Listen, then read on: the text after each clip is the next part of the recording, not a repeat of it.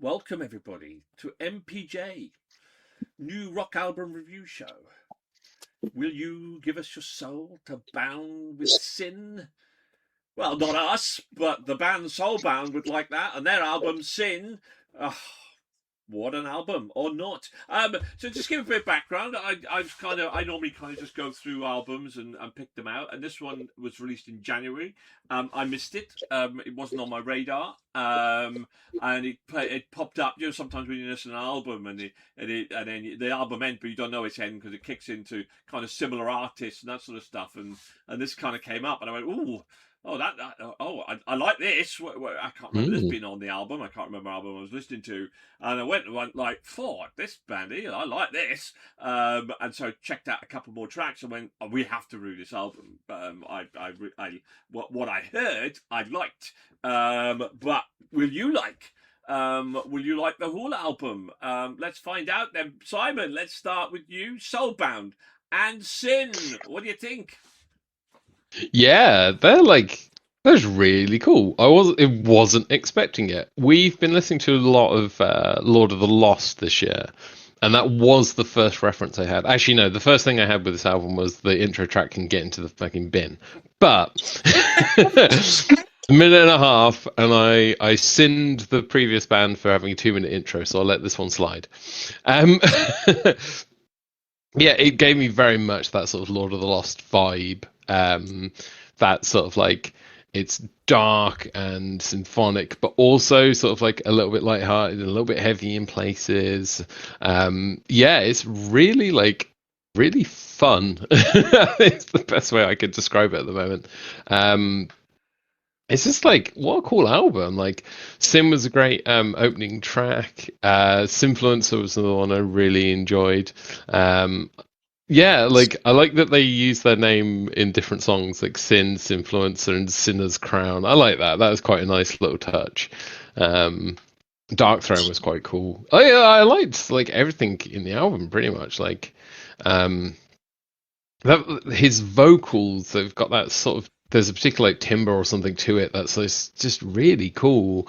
And obviously the guitars and drums don't disappoint either. So yeah, I thought it was really fun. Yeah, I love it. It's what a fun album. It's great. Right, well, glad I threw somebody a bone, as well as myself. Lauren. Yeah, so for me, this is what I would class as sort of a bit of industrial meets electronic or sort of metal in places. At least that's how I interpret it. I think it was produced well. Yeah, it was pretty good. I liked it. It's not quite within the wheelhouse of stuff that I listen to anymore. However, a few years ago when I was heavy in like my Rammstein era and stuff, this would have gone down a treat. Like in the interim of listening to it, along with like Lords of the Lost, all that sort of thing. Totally agree on that front. Yeah, I enjoyed it. I think it was produced really well. It's one of those where, again, like with a lot of stuff that we end up listening to, I'm like, yes, it does that very well, and it's really cool. If it's on, I'm not going to turn it off, but there are other artists that I tend to go to if I want that sound. And for me, that just sort of hit that. However, that's not to take away from the fact that, as has been shown, we have people here, I have other people I know, where this is so their cup of tea, and you can see why. So, yeah, for me, pretty darn good. But yeah, overall, I'm not complaining too much. So, Pete, what do you think? I agree that this is a lot of fun to listen to. I don't agree with the comparison to Lord of the Lost, because I didn't like Lord of the Lost. And I think that is more melodic and dull, whereas where this is much more energetic and in your face, which makes it an enjoyable listen. Yeah, so powerful metal, bit of goth, bit of industrial sounds mixed in there. It's a good mixture of things. It's also a bit of an eclectic album, I feel, just like Static Dress, only this one I enjoy much more. It's maybe a bit hypocritical, but I don't care. Also, a theme of this month seems to be synths. A lot of these bands that we're reviewing these months, you make use of synth, but these guys do it the best. I really loved how the way they implemented that into this style of music, and how they end up with an altogether very enjoyable album with a lot of different influences in it. Shout out to Neon Battlefields, that was a standout track to me, and yeah, good album. It was good, wasn't it? And I'm going like, there was one track that sounded a bit Lord of the Lost because it was more dark and melodic, and then the rest of the album took on a life of its own. I actually thought it was. I loved that. Call it German synth. I don't know, that electronic kind of vibe to it. I find, and I was excited to find out whether Will might like this, and obviously usually I get it wrong because I felt just not, they're not Electric Callboy, they were just elements of Electric Callboy, and that pacing, if you like, on some of the tracks. And it was really interesting, and their vocal range was amazing. An incredibly eclectic album, and I love albums that have differences, different tempos and stuff. And I love albums like this that if they're going to go and do something, whether it's a little bit of melodic rock, whether it's a bit of electronic synth rock, they do it well. They do, you have a lot of bands that try to kind of do this eclectic album, and some of it they had spot on, and they go, "Oh, we're going to try a bit of hip hop rap," and the hip hop rap is absolutely atrocious. And it kind of ruins the old album. So it's a dangerous thing, a dangerous, boardwalk to tread, if you like. But I think they did it super well. There were bits of it that, I mean, because of eclecticness, there will be bits that we'll miss. But overall, I absolutely love this album.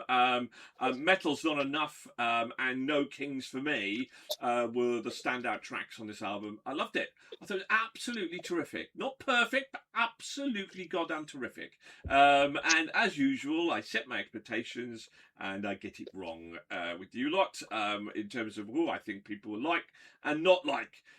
So on that sense, we'll start off with Will's Miserly 2, which was an absolute shocker. Oh. I know, right? Shocked by that. I was shocked. Yeah. But we'll get that out of the way. We're going to get that out of the way. Simon. I genuinely was shocked by that. I gave this 4. But you were shocked with the Black Veil Brides 5. I mean, so you never know, do you? You never know. And Trish give this a 3, which is absolutely terrific. Lauren?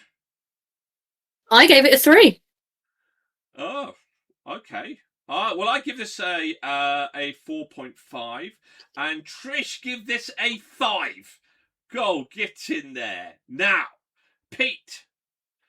A 3.5 or more from you would get this album into the Hall of Fame. We'll put this album into our top 150. It might even qualify for Album of the Year. Pete, it all falls on your little Dutch shoulders. What did you give this album, Pete? Man, that is just too bad, because I gave it a 3.5. Hey! Absolutely. Plucked from obscurity on a random playlist, I bring you Soulbound and Sin, and I bring you into our Hall of Fame in our top 150 albums.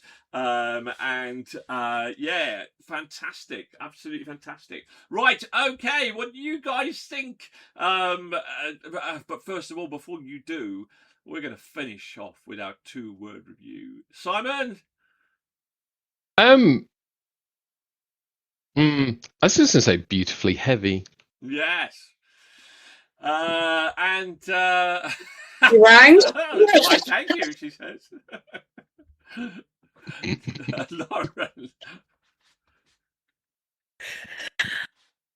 I would go for something about curious. I'm curious to see what they're going to do. Yeah.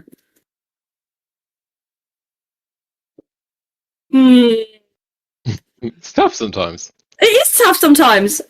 I don't normally write it down. So we come back to you, Pete. Yeah.